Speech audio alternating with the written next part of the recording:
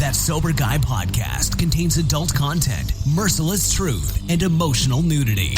Listener discretion is advised. I'm Shane Ramer. You're listening to That Sober Guy podcast, and we help people stay sober. If it's your first time listening, welcome. I'm so glad that you're here today. If you're looking to quit or cut back on your drinking, we have one of the best 30-day alcohol-free challenges out there. It's helped hundreds of men all over the country quit drinking alcohol, become better fathers, better husbands, better entrepreneurs, better leaders in their community. You can sign up today for that, or you can check out all of our other podcasts and resources, our Sober Guy Men's Group, all kinds of good stuff at the website, and you can do that by going to thatsoberguy.com. Be sure to follow us on Instagram at That Sober Guy Podcast, and welcome. Happy 4th of July! Happy 4th of July! Happy 4th to you. It is upon us. One of the greatest and best holidays of the year, in my opinion. Hopefully in your opinion as well. It's a great day. Celebrating the independence. The founding fathers declared after the 13 colonies were no longer subject to the monarch of Britain, King George III. And now they were united, they were free, and they were declaring their independence as independent states from the tyrants. Gotta love that. And Congress voted to approve independence by passing the Lee Resolution on July 2nd and adopted the Declaration of Independence 2 days later on July 4th. And so we celebrate Independence Day and the 4th of July on July 4th. And what a great holiday it is. Lots of fun, family, friends, getting together, having a great time, lots of food, and in many cases, lots of alcohol. And we're going to talk about that today a little bit. 10 reasons why every man should stay sober on the 4th of July. And it's interesting because I kind of had to rework this in pre-production for this title and content list, the 10 reasons. I'd mentioned I was going to do 10 tips how to stay sober, which I've done many times, but there's nothing wrong with structure and repetitiveness, especially when you're trying to accomplish goals like quitting drinking or like trying to stay sober. They do get a little monotonous sometimes, I will say, but you never know if it's the first time somebody's listening and they've never heard any of this stuff before. And as somebody who has been alcohol-free for over 10 years, I do forget that sometimes. And I have to be reminded of that and, make sure that it doesn't get stale, I guess, in my delivery and excitement and encouragement and all those things, because this could literally be the first time that somebody has heard something like this, like one of these tips in particularly. But when I mentioned I was doing that, Jess said to me, well, you always do that. You probably did that last year. And I looked back and I said, man, I think I did do something very similar to that. And she goes, why don't you do the 10 reasons why every man should stay sober? Like, why should they stay sober, give up alcohol, try to make some changes in their life? And I said, man, that's a good idea. So I reworked it. And that's what we're going to talk about today. 10 reasons why every man should stay sober on the 4th of July. And so we're gonna start and just jump right in here. And here are the 10 reasons why. And number 1 is safety. Safety. Alcohol impairs judgment and coordination, increasing the risks of accidents, especially around fireworks and grills. Very interesting. And I don't know if you have, there's plenty of videos that go floating around different holidays in especially 4th of July. And there are quite a few firework displays on social media, on Instagram, a couple of the ones that I've saw of people, clearly intoxicated and clearly not using their right mind in the moment, and blowing a thumb off, blowing a hand up, blowing cars and starting fires, all kinds of stuff on there. And I would, I'm sure the majority of those, well, I shouldn't say that because I don't know, but my guess would be that many of those incidents probably have something to do with not being as safe and not being able to think as clear as possible More than likely because there's been some drinking involved. And you can kind of tell from the different environments and the parties and what's going on when you watch some of those videos. But in any case, speaking of self and speaking of ourselves and what we're doing and where we're at, safety is such a huge thing, especially if there's kids around, if there are maybe you have older relatives around. You want to be safe. You want to be smart. You want to be in a place in your mind where you can make good decisions and not be impaired. And that kind of leads us into number 2 here, clarity. Clarity. I love that word. Clarity, clear-minded, I feel clean when I say clarity. It's nice and clean. And sobriety allows you, I love that term too. It allows you, it gives you the ability to fully participate in the functions, in the party, in the people, the friends, the family. And it also, clarity, gives you the ability to remember the celebrations with family and friends. How many times, if you're listening to this right now and, maybe this is your first time, 4th of July is coming up or any holiday at that, that you want to try to not drink through. We got more holidays coming in down the road as we get into Halloween, Thanksgiving, Christmas. That's like kind of the big holiday season. Maybe the 4th of July is a great time to kind of start this and give it a shot and see how it goes and test your clarity. How clear do you want to be this 4th of July and celebrate freedom, celebrate this beautiful, amazing country and all that comes with it, our family, our friends, and you get to participate in those conversations and those good times with those family and friends. And the best part is you get to remember it. You get to remember what you did, what you said, who you were with, what you talked about, what that felt like, the laughs, all of that. And you don't have to wake up, the next morning wondering, oh man, what did I do? What did I say? How did I even get here in some cases, man? I mean, it gets gnarly sometimes. I know, this just reminded me too, before we get into number 3 here, some of the best 4th of July's, and particularly one that stands out that was so much fun was when we were down in Huntington Beach and they did the ride out. And this was right through the whole COVID crap that was going on. And everyone was kind of pretty much, throwing it up, going like, this is ridiculous. We're at a point now where, we shouldn't be on these, lockdowns and masks and all that crap that was going on. And everyone kind of banded together in HB, and there was a group who put together a ride out. So because they had canceled the parade, I think too, which was absolutely ridiculous. We're outside, like, come on, common sense, come on. And they put this together, though. There was like 10,000 people. I think this would have been in 2021 or 2022.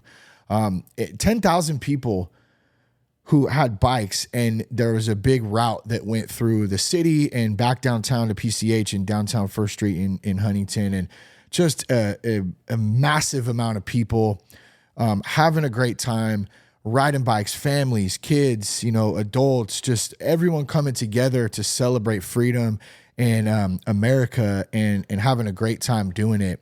And man, it was so nice to be in that environment. Because don't get me wrong, like HB is known, obviously, if you know anything about Huntington, it's known to be a party spot. And it's been like that since, the 80s, 90s. I mean, huge surf culture, a lot of amazing people, a lot of partying going on, a lot of alcohol at times. And there was definitely some alcohol going on and some drinking and some partying and some madness and some craziness. I mean, people lighting mortars off until all hours of the night. And just people out on the street. I'm sure lots of people got arrested and made some pretty bad decisions that they probably regretted. And most of that was probably due to the fact that they were intoxicated when they did those. But here's the point to this. Number 1, great time. If you ever get a chance to go to HB for 4th of July, I'd highly recommend it.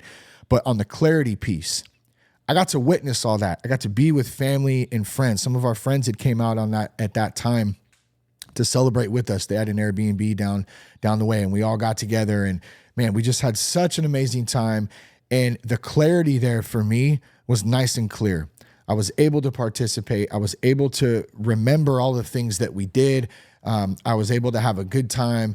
and just really enjoy myself and be clear-minded, level-headed. Doesn't mean I can't have fun, and I'm still crazy. Like, that's just the way it is sometimes. And if I get on a hype, I'm going to be having a great time with lots of energy and maybe even doing some crazy things myself, but nothing too ridiculously crazy that's going to get me in trouble or make me act like a fool and end up being arrested or getting DUIs or going to jail or getting in fights or any of the stupid stuff that usually occurs when people have had too much to drink. So let's go to number 3, our health. This is a big one. I mean, this should be obvious, our health. You're literally putting poison in your body when you're drinking. The effects that alcohol has on individuals, it's devastating in a lot of different cases, depending on how much you're drinking and how often and all that stuff, the health effects. But it also, it just makes you cloudy and slow, and it robs, this is how I see it and how I felt it and how I experienced it. It robbed me of the ability to genuinely know who I am and grow into who I am and grow into who I want to be and I want to become, and who am I through God's eyes? How does God see me? It was impossible to recognize how God sees me as a human being, as a man, as a father, as a husband, if I can't recognize how I'm seen through his eyes, if that makes sense, because I don't even know who the heck I am. I'm stuck in this world. I'm trapped almost. And the health aspects of that can be, like I said, devastating. I was so out of shape. I was hungover all the time. I was slow. I was lethargic. I was angry. I was an athlete growing up. I played baseball. I played some other sports too, but mainly baseball. But I loved being athletic and riding bikes and skateboarding and snowboarding, all those things. But as I got into my 20s, that kind of, the athletic piece of my life kind of fell away because I was just partying. I was in bands and playing shows and trying to be, in the music business. And with that came partying. And I kind of lost everything of taking care of my health. And that's not just from the aspect too of feeling hangovers. Like, gosh, I can't, that's so brutal. It's just the worst to even think about a hangover. But I was just not in shape, and I'm in my 40s now. I'm probably in the best shape I've ever been in my life. Am I perfect? Absolutely not. My body's a lot different now than it was in my 20s. So it's a little bit harder to keep up with. And one thing actually on a health tip that is actually probably the most difficult for me is diet and trying to stay consistent with that with a busy lifestyle. I do an okay job at it. I've definitely gotten much better at it. But the fact that I've cut out alcohol completely out of my life, that is a huge bonus. And it does let me get away a little bit more with maybe not eating as great. I love a good In-N-Out, double. I love a good a piece of pizza. I love some cherry pies, baby. If you've listened to the show for long enough, you know about my obsession and bad habit of cherry pie. It was like, I think I did an episode on it. And as a matter of fact, this is hilarious. We pulled in yesterday and we were a little stressed out from some other things going on in life, just lots of things on the plate right now that I won't get into. But we pulled in, I was a little stressed, and I told Jess, I said, I need to run down and get some gas real quick after Cash just had a game. I said, I'll be right back. And so I dropped them off. I rolled back down, got some gas. We were low, and I got back to the house, and she goes, where'd you really go? And I'm like, I went to get gas. And she goes, you went to get a cherry pie, didn't you? I was like, no, I didn't go to get a cherry pie. I swear, I've given up the cherry pie, stress eating. It's been a while, but who knows? Here's what I'll say. A cherry pie is much better than a bottle of vodka. So I'll take the cherry pie any day, but I need to be, very aware of the decisions I'm making at 42, 43 years old to my health and to just a better overall active lifestyle. So bringing it back, health, such an important thing when we're talking about reasons we should stay sober, just sober, period, but also obviously sober on the 4th of July too. Maybe you're getting a good workout in, a good Independence Day workout in, and you want to be feeling great for that. Or maybe you're getting one in over the weekend. you don't want to be hungover and feeling like crap for days on end. So, and as we get older, from what I've heard from people who are still drinking in their 40s habitually, man, it is much harder, and I can only imagine to recover from a hangover. It's not like it was when we were in our teens and in our 20s, where we could just bounce back real quick. All right, so and let me end with this before we get into number 4. I keep saying this. I'm going to continue to say it. I have still never met anybody who says, my habitual drinking habits have really improved my life. So just remember that, please. Number 4, responsibility. Being sober enables you to take care of others, especially if you're around children. Maybe you have your dog with you. You got to take care of your dogs or your pets or whatever during these types of events and parties and hanging out. Responsibility is a huge thing. When we're drunk, we don't care about anything but ourselves usually. And maybe we have some in-depth, real great conversations because we're intoxicated and the truth comes out.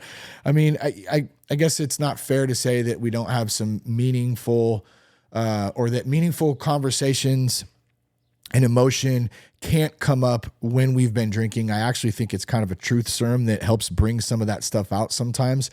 But the problem is you start to look at when that we're only able to talk about that stuff. A lot of us who are struggling with alcohol or who do drink habitually too much, or maybe we're just binge drinkers. That's the time when we can let loose. And it's different than being sober and being able to do that. And with responsibility, kind of coming into that, it enables you to be responsible to help other people in those moments as well. So now we're not the one who is, my whole life story or blah, blah, blah, or whatever. We're actually there to be of service in a sense, and we can help. Maybe we can, oh God, I was going to say take care of somebody when they're wasted. Oh, that's the worst. I'm not saying I wouldn't do it. I'm just being honest. When somebody's so drunk, oh gosh, that is just the worst. But if it means getting them home safe and making sure that they are okay, and getting them a ride, somewhere, or just getting them to sleep and getting them some water and helping them, of course, and, we should all do that. I should do that. You should do that. It gives us the opportunity to be responsible when we're sober and take care of others. And not just that too, but maybe you can take care and be of service at the event you're at. Maybe you're at a party, you're at a fireworks show, you're at, some sort of get together where there's family, friends, maybe people that you don't even know. And you can offer up to the person hosting the event. Or maybe you're hosting the event.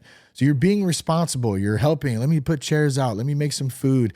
Let me bring some food. Let me help with the decorations or whatever it is that you're into. That's a huge part in being responsible, being sober, being alcohol free at any event. But especially for the 4th this year, man, have some fun, celebrate the freedom, be responsible. Be an adult. All right, number 5, role model. I love this one. I love this one a lot, actually.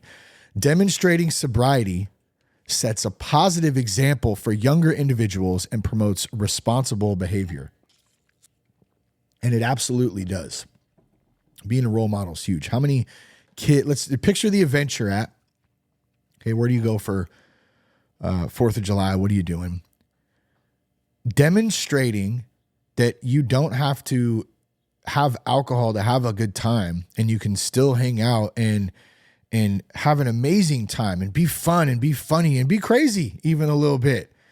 And I mean that when I say that, it's just like from a good sense of like, man, we can wild out a little bit and we can be ourselves. Like you get to know your true self when you're free from alcohol, 100%. And being a role model, at least for me, is such a huge part. And it doesn't mean that I'm like some perfect person and, hey, I'm a role model. You should model your life after me because I'm so great. That's not at all what I'm saying. I'm just saying when kids especially see a grown man who is not acting like a fool and doesn't always have to have a beer or a drink or whatever in his hand and is not only feeling good and feeling up and excited because they've had some drinks in them, man, dude, that goes it goes a long way, and it might even be subconscious where kids don't even really notice it. But at one point in their life, they will know as they get older and become an adult themselves. They'll go, man, I remember my Uncle Dave or my dad or, my cousin's friend, like he didn't drink, like, and he never drank and he seemed to have a good time, and also not only that, but as a role model, we get to be there for, these types of situations, events. If something happens, we're there, and we can be somebody that people can look to as responsible, level-headed, clear-minded, clarity, that's safe, that's healthy, all those things that we just talked about, as a role model coming together. And that's a huge, huge bonus. And it's a huge, it's very important to me, I think. And I think that is a very great reason. You can go, man, like I want to be a good role model to my son or to my daughter or to my wife or to others there who might be struggling. And that is enough of a push to go, you know what, I'm not going to drink this time. And then this it kind of ties into having a plan and all that. And I've done some of those. If you're looking for a plan too, I should say this, if you need a plan for the 4th of July and you don't know like how to, what should I do to stay not drinking? If you go back to last podcast, it was how to stay sober at weddings, events, and functions or something like that. And I talked about here's like 10 or 20 tips, and then maybe take your best 5 and go through and set your own game plan. We talked about game planning, how you got to get set up and ready to go into these events. So between this one, the why, go back and listen to the wedding one, last episode. And then now you'll have some tips, you'll have some ways to do it. And then here's the why that we're talking about right now. This is why you should do it. Okay, so role model was number 5. Let's move into number 6, communication. Alcohol-free conversations can be more meaningful and enjoyable with loved ones. And I will 100% attest to that. How annoying is it when you're at a get-together, at a party, at a function, and you have to hear somebody tell you the same story 3 or 4 times that they've already told you. I just said I went over and we were on the boat and then I went down. I'm doing a bad impersonation of a drunk person. That's mean, but it's annoying. It is. It's enough to drive you insane. And you're like, damn, bro, you've had like a few too many. You should probably quit. I'm good. I'm good. I'm good. You should probably take a nap for the night. You should probably drink some water and then go pass out somewhere. Communication though is, it's a huge, huge part of, any event, any get together. 4th of July, you got a lot of family, friends together, and you hopefully are going to have some good conversation. Hey, what's going on in life? How's things? A lot of these people we don't see often. Like there are some people that I only see once a year and it's on a holiday. Maybe it's Christmas, Easter, 4th of July. Those are the only times I see those people. And, they're people that I care about. If I'm spending my time talking to you, my time is valuable, as is yours, I'm sure, as is others, but I value that. And I'm not going to spend time wasted talking to somebody for a meaningless conversation that doesn't matter, that they're not going to remember the next day. And so with this, being alcohol free gives you an opportunity to connect and to get close and to really care and open up and share, and then not only that, but of course, listen and be there for someone else that you care about, that you're talking with, that you're engaging with, that you're listening to. Maybe they're asking you for a little bit of advice, or they're just looking for an ear that they can, talk to and let some stuff out. You never know what's going to go down in any conversation, with somebody, and you want it to be meaningful, you want it to be purposeful, and you can do that by staying alcohol free, and you can really enhance and just be a great communicator without that. Now, I will say, I know there's a lot of people, including myself at one point, who suffered with social anxiety, and you feel like you can't communicate unless you've had a few drinks. I don't want to talk to anybody. You're kind of stuck. You don't know how to do that. And that's not, it's not because you need alcohol to do that. It's because you don't know who you are as a person yet, because alcohol has been numbing you for many, many, many, many, many years. And so it's hard to open up. It's hard to communicate. It's hard. They call it that liquor courage. I got that liquor courage now. I can just open up and be whoever I want and talk, and I don't care. And that's false. What do they say in Donnie Brasco? It's a fugazi. It's fake, right? That's not the real, genuine you when we're intoxicated and you're talking, you're communicating, you're doing things. That's not you. That is an altered state of emotion. It's an altered state of ego. It's an altered state of self. And then eventually it wears off, and then you repeat the same cycle. And so your communication skills tend to go on the decline over the years. So if you want to have great convos, you want to be a great communicator, being alcohol-free is definitely a great way to do it. Number 7, focus. Sobriety helps maintain focus on enjoying the festivities rather than being distracted by the intoxication. This is a great point. I'm going to take a quick drink of water here.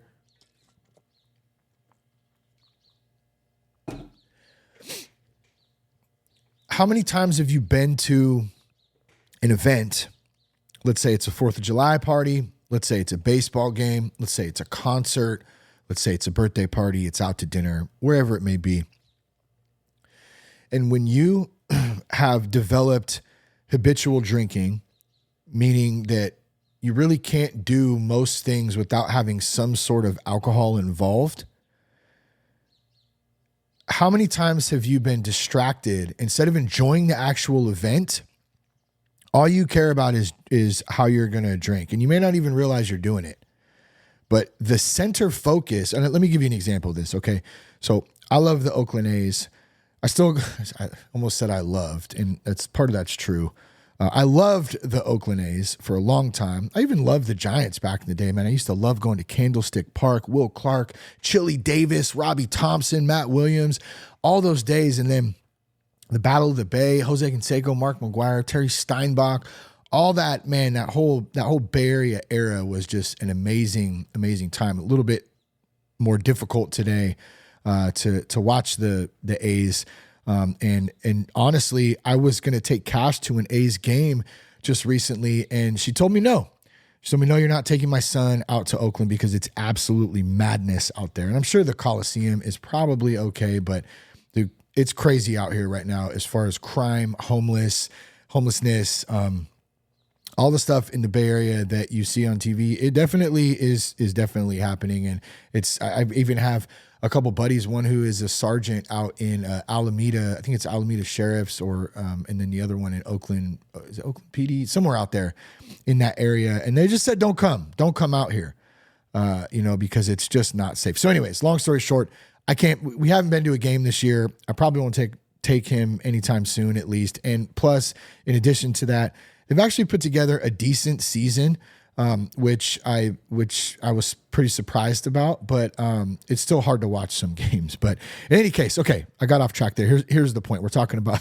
It's funny that the number 7 here was focus, and I have a hard time focusing sometimes, in case you didn't notice that. So, okay, back on to focus. Being distracted by intoxication. I was going to give an example. Going to A's games back in the day, there were times when we would not go in the Coliseum until like the 5th, 6th, 7th inning sometimes because we weren't there to necessarily watch the game. I had my A's gear on. I was ready to go, but we got the barbecue out, the beers, the shots, the other substances in the cab of the truck. Those are all flowing, and we're partying, having a good time. We're not there to watch the baseball. We're distracted by partying. We're distracted by getting intoxicated. And how many times have you either experienced that? Your focus is all off. You're not enjoying the event. You're not enjoying why you're supposed to be there because you're too busy being distracted by the alcohol, by the drugs, by whatever it is that you're into in that moment. And it's not, the specific reason that you're there. You're not there to celebrate Freedom and Independence Day. You're just there to get drunk. You're not there to watch baseball. You're not there to watch the game. You're just there to get hammered and be a jackass. You're not there to celebrate your kid's first birthday. You're just there because you get to drink through the whole thing and have your time. And it's disguised is, I'm doing all the things, but really the ultimate point is to be high and be distracted. I'm telling you this from experience, guys. I'm not pointing fingers. I'm saying that I've been there. I've been in this, like my daughter's first birthday. I can remember it was stressful. We didn't have a ton of money, but hey, we sure shit had alcohol and I was ready to go in that. And that made everything better. And I remember partying till all hours of the night. My poor baby girl who just turned 1, she had a great day and we had family and friends, but it was a party for me. I was ready to party. I hate that. I hate thinking back about that, but I've accepted that. And, here's another good point to that. We've all done stupid things and we've made decisions that we regret. And I've had to learn to accept those and not beat myself up over them. So if any of this stuff is kind of a trigger for you that we're talking about and you go, man, I've done that, or I feel like that, or I don't want to do that anymore. Why did I do? Like, look, you can't change the past, but you can shape the future by the decisions that you make right now in this moment. So maybe that decision is like literally putting a stake in the ground and going, you know what? I'm not drinking on 4th of July this year when we go to the party. I'm not doing it.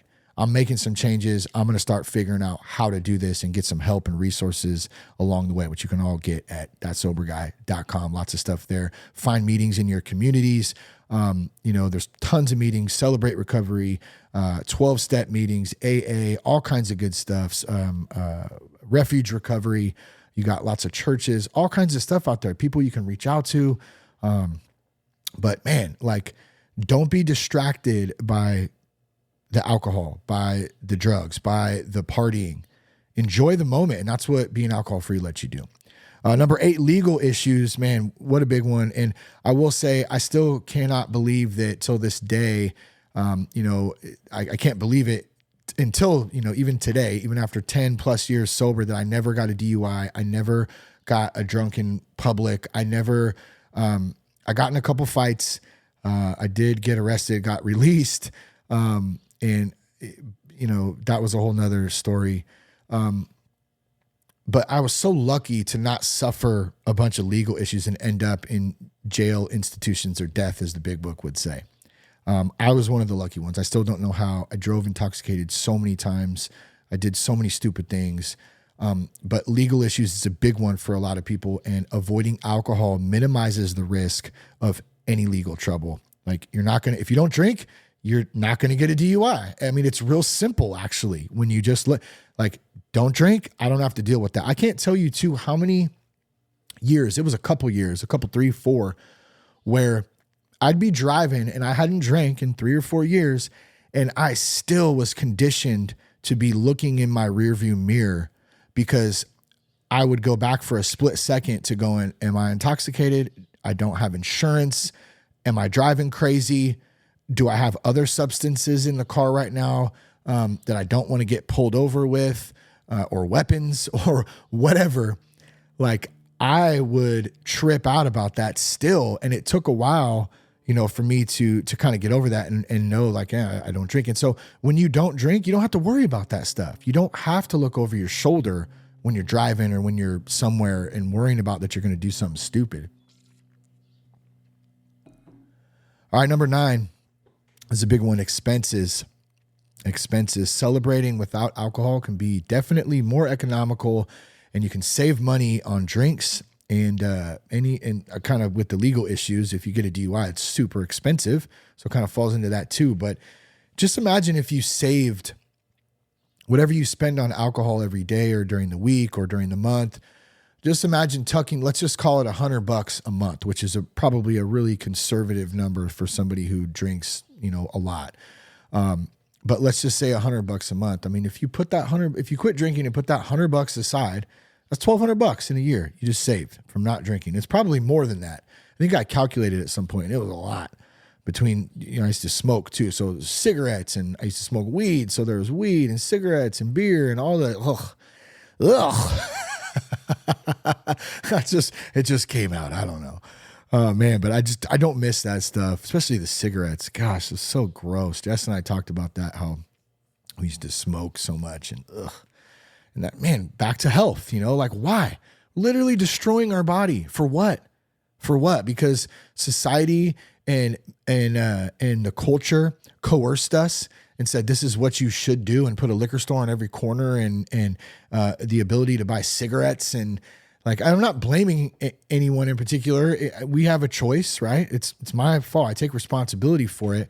But I'm just saying that the culture, the media, the normalcy bias of drinking, the alcohol companies, the cigarette companies, the drug companies, pharmaceutical companies, it is a huge system that makes a shitload of money. And at the end of the day, they don't give two craps about you, about me, about our families. They don't care. All they care about is their bottom line and making money and continuing to dumb us down and make us unintelligent human beings who are disconnected from God, who don't know how to operate and help others and be of service and, raise good families and stay healthy. Because if we're sick and if we're mentally ill and if we're intoxicated and if we're high, we're much easier, number one, to control. And then two, we're much more reliant on a system that is set up for us to fail. And so, man, I know I just got on a little rant right there, but that's the truth of it. And I'm so tired of it. I've tried to kind of sit on here and play, the middle ground game and not, alcohol, because there are people that drink responsibly. And I know I've said that before. And I know it's true. But at this point, I don't care. I'm so tired of seeing alcohol ruin and destroy people's lives that I'm over it. And I'm not going to sit and act like it's a good thing, because it's not. And I don't really think anyone should drink at this point in my life. Like I said, I've never met anybody who said my habitual drinking habits have really improved my life.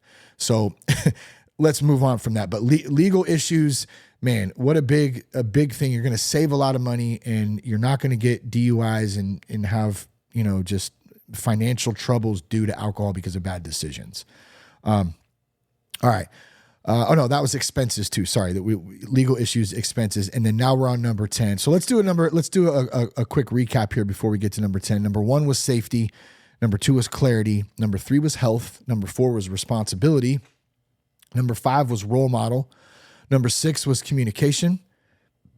Number 7 was focus. Number 8, legal issues. Number 9, expenses. And number 10, to top off our list of 10 reasons why every man should stay sober on the 4th of July. Memories. Staying sober ensures clear memories of the holiday, allowing you to cherish the moments for years to come. And so you're going to remember the time that you spent. And I'm actually going to add a number 11 in here. As I sat here and was saying memories, I was like, that's kind of I don't really care, care. That's not, it wasn't my favorite number 10, but memories is very important at the same time, because I always say, like, when we die, we're born with nothing, we die with nothing, right? Like, you don't take anything with you. You may take your memories with you. Like, I don't know. That's something I've thought about, and I should probably look into that a little bit more and see biblically what if there's anything that says, about that, because I am curious. But memories are something that nobody could take away from us. They're something that they're ingrained in us. It's a certain smell, a feeling, a sound. It's a certain moment in time that we'll never get back again. And so you can frame that up in the sense of, like, for 4th of July, like, man, for me, this will be my 42nd 4th of July. And so, man, I really want to have my 42nd 4th of July. I want to really remember this one, and I want to have some great memories as I celebrate this with my family and friends. And so you don't have to worry about forgetting or making dumb decisions, doing things that are going to affect those memories, because you could create bad memories is what I'm getting at. Like, you don't want to get so wasted and act a fool that you create bad memories. And now you're just, remember that 42nd 4th of July when, Raymer got hammered and pissed off the side of the building and then ran from, the cops as I'm just making something up, but, like, you don't want to do that. You don't want to do that. You want to have a good time. You want to be safe. You want to cherish those times with your family and friends, because let me tell you, life is short. Life is short. People matter. Like, your family matters. Love that show back in the day, by the way, Dad Joke Loading, Dad Joke Delivered.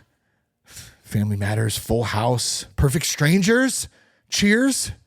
Oh man, bringing it back. King of Queens, that's the one I go to. King of Queens a lot. Seinfeld, watch lots of Seinfeld. Anyways, memories. You got to create some good memories for your family. Okay, and I said I'm going to bring a caveat here.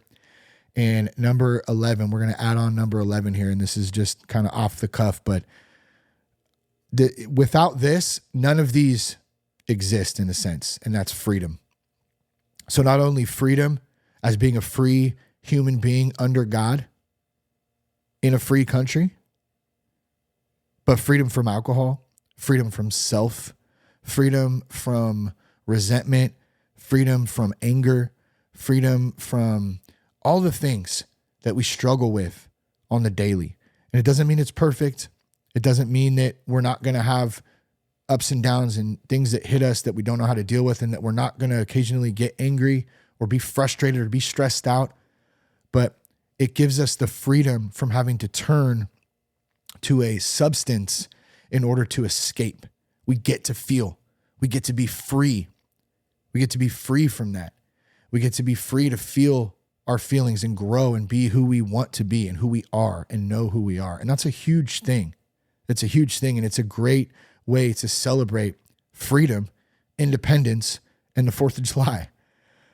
So you're going to have a better time. You're going to be safe. You're going to enjoy. You're going to celebrate. And everyone is going to see that too around. Like they're going to say, oh, hey man, look at Shane. Like there's something different about him. You know, it's not like we're looking for attention or anything, but there's just something different. People notice, hey, he's not how does he do that? How do you come to an event and not drink? I don't get it.